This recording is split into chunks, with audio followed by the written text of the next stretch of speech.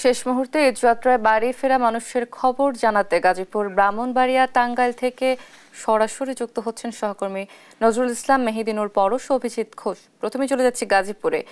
নজরুল, মহাসড়কে ব্যস্ততা কেমন দেখছেন জানাবেন? আপনি শেষ মুহূর্তের ঈদে ঘরমুখ মানুষের চাপ কিন্তু মহাসড়কগুলোতে বাড়তে শুরু করেছে। আপনি জানেন যে সকাল থেকেই ঈদের ঘরে ফেরা মানুষের চাপ কিন্তু মহাসড়কে বাড়তে শুরু করেছে। আমি যেখানটায় দাঁড়িয়ে রয়েছি চান্দনা চৌরাস্তা এলাকা, এখানে বিভিন্ন কাউন্টারগুলোতে কিন্তু মানুষের ভিড় আমরা লক্ষ্য করেছি এবং এছাড়া সবগুলো জায়গায় কিন্তু আপনার কাউন্টার কেন্দ্রিক যে জায়গাগুলো আছে সেই জায়গাগুলোতে কিন্তু আপনার ভিড় লক্ষ্য করা যাচ্ছে এবং এছাড়া কিন্তু আপনার দূরপাল্লার যে গাড়িগুলো আছে ধীর গতিতে চললেও কিন্তু কোথাও কিন্তু থেমে নেই, গাড়ি চলছে। এইভাবেই কিন্তু আপনি দেখতে পাচ্ছেন যে এইভাবেই কিন্তু গাড়িগুলো চলতেছে, কোথাও আটকে নেই এবং কোনো দীর্ঘ কোনো যানজটের সংবাদ কিন্তু আমরা এখন পর্যন্ত পাইনি। গাড়ি কিন্তু গতি কম থাকলেও গাড়ি কিন্তু চলছে। আপনি জানেন যে ঈদের যে এই মুহূর্তে কিন্তু আপনার সব যারা ঈদে ঘরে ফিরছেন সে সমস্ত মানুষগুলো কিন্তু আপনার জীবনের ঝুঁকি নিয়ে বাসে ট্রাকে করে কিন্তু খোলা গাড়ির ছাদে এবং বাসের ছাদে করেও কিন্তু তারা গন্তব্য যাওয়ার চেষ্টা করছেন, অর্থাৎ সবাই বাড়ি ছুটছেন এবং সব জায়গায় এবং কাউন্টারগুলোতে কিন্তু আমরা দেখতে পেয়েছি সকাল থেকে কিন্তু ভিড় লক্ষ্য করা যাচ্ছে। তবে এই ব্যাপারে আমরা কথা বলেছিলাম পুলিশ প্রশাসনের সাথে, তারা বলছে যে আস্তে আস্তে কিন্তু দুপুরের মধ্যে সেটা স্বাভাবিক হয়ে যাবে, এমনটাই কিন্তু তারা জানিয়েছেন।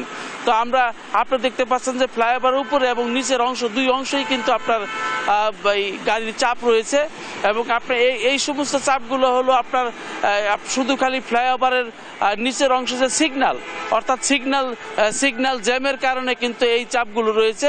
তো দুপুরের মধ্যে স্বাভাবিক হয়ে যাবে এমনটাই কিন্তু প্রশাসনের পক্ষ থেকে জানানো হয়েছে যে সবকিছু স্বাভাবিক হয়ে যাবে, সবকিছু মিলে কিন্তু স্বস্তিদায়ক হয়েছে। তো আমরা চলে যাচ্ছি যে আমাদের ব্রাহ্মণবাড়িয়া, আমাদের সহকর্মী ওখান থেকে পরশ যুক্ত হচ্ছে। পরশ। নজরুল, আপনাকে ধন্যবাদ। ঈদ যাত্রার আর আজকে শেষ দিন, এই শেষ দিনে যে নারীর টানে যে মানুষ কিন্তু মানুষ বাড়ি ফিরতে শুরু করেছে, তবে অন্যান্য বছরের তুলনায় এবার ঈদ যাত্রা অনেকটা সুস্বস্তি। মহাসড়ক গুলোতে কিন্তু বড় ধরনের কোনো যানজটের চিত্র আমরা দেখতে পাইনি।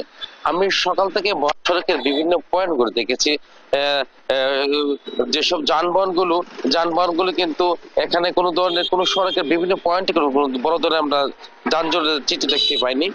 এছাড়াও যে আমি যে স্থানটিতে রয়েছে যে কুমিল্লা সিলেট মহাসড়কের যে বাদুঘর কেন্দ্রীয় বাস টার্মিনালের সামনে, এখানে ঢাকা থেকে এবং দেশের বিভিন্ন প্রান্ত থেকে কিন্তু বিভিন্ন বাস যাত্রার যে মানুষগুলো তারা কিন্তু এখানে শেষ যাত্রা এখানে এসে কিন্তু তারা থামছেন। তো আমার সাথে বেশ কয়েকজন চালক এবং যাত্রীর সাথে কথা হয়েছে, তারা বলছেন যে অন্যান্য বছরের তুলনায় তাদের ঈদ যাত্রা অনেকটাই স্বস্তির, কারণ মহাসড়ক গুলোতে তাদের কোনো ধরনের দুর্ভোগ পোহাতে হয়নি। এছাড়াও যদি আমি বলে রাখি যে ব্রাহ্মণবাড়িয়া যে ঢাকা সিলেট এবং কুমিল্লা সিলেট মহাসড়কে কিন্তু 76 কিলোমিটার অংশ রয়েছে। এইসব 76 কিলোমিটার অংশে যে হাইওয়ে পুলিশ, পাশাপাশি গতকাল আমরা বাংলাদেশ সেনাবাহিনীকে দেখেছি যে তারা যানজট নিয়ন্ত্রণে কিন্তু কাজ করছে মহাসড়ক গুলোতে।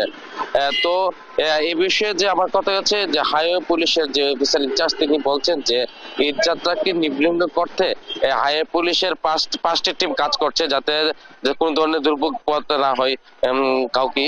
তো এখন আমি চলে যাবো আমাদের টাঙ্গাইলের যে সহকর্মী রয়েছে অভিজিতের কাছে। অভিজিৎ। ওকে জি পরশ, আপনি যেমনটি বলছিলেন আমরা রয়েছি ঢাকা টাঙ্গাইল যমুনা সেতু মহাসড়কের গোলচত্বর এলাকাতে। আপনি আমার পিছনে দেখছেন যে এই এখন পর্যন্ত পরিবহন দীর্ঘ সারি তৈরি হয়েছে এবং বেশ কিছুক্ষণ যাবৎ এই গাড়িগুলো আটকে গেছে এবং এই টাঙ্গাইলের এর আগে রাত থেকে সকাল পর্যন্ত 14 কিলোমিটার সড়কে যানজট ছিল এবং সেই যানজট কমে এখন 2 কিলোমিটারে এসে ঠেকেছে। এখন এই ঢাকা টাঙ্গাইল যমুনা সেতু মহাসড়কের জোকারচর থেকে সেতু পূর্ব পর্যন্ত গাড়ির চাপ রয়েছে এবং এছাড়া মাঝে মাঝে যানজটের সৃষ্টি হয়েছে। এবং আপনি জানেন যে এই রাত থেকে এই সিরাজগঞ্জ অংশের যে ঢাকাগামী পরিবহনগুলো রয়েছে সেগুলো আটকে দেওয়া হয়েছিল যে এই টাঙ্গাইল অংশে যানজটের কারণে, এবং এই সকাল 8টা 30 মিনিটে সেতুর পশ্চিম অংশে যানবাহন ছেড়ে দেওয়া হয়েছে। ঢাকাগামী যে পরিবহনগুলো সেই পরিবহনগুলো কিন্তু এখন যাচ্ছে, আপনারা দেখতে পাচ্ছেন। এবং পাশাপাশি গত 24 ঘন্টায় এই যে যমুনা সেতুতে টোল আদায় হয়েছে 3,21,00,000 টাকা, এবং এর বিপরীতে যে পরিবহন রয়েছে 45,000 অধিক পরিবহন পারাপার হয়েছে। এবং আপনাদের এই চালকরা যেটি বলছেন যে তারা যানজটে পড়েছিলেন রাত 3টা থেকে, এবং এই 3টার যানজটের কারণে তারা ভোগান্তি পড়েছেন। পাশাপাশি চালকরা বলছেন যে এই পরিবহন চাপ বেশি, পাশাপাশি দুর্ঘটনা ঘটেছিল, যে কারণে তারাও এই যানজটের কবলে পড়েছে। এবং পুলিশ বলছে যে এই রাত থেকে যে যানজটের সৃষ্টি হয়েছে সেই মূল কারণ হচ্ছে যমুনা সেতুর উপরে পরিবহন বিকল হওয়ার কারণে সেই পরিবহনগুলো অপসারণ করতে যে সময় লেগেছে, এই কারণে যানজট লেগেছে এই মহাসড়কটিতে। এই ছিল ঢাকা টাঙ্গাইল যমুনা সেতু মহাসড়কের সর্বশেষ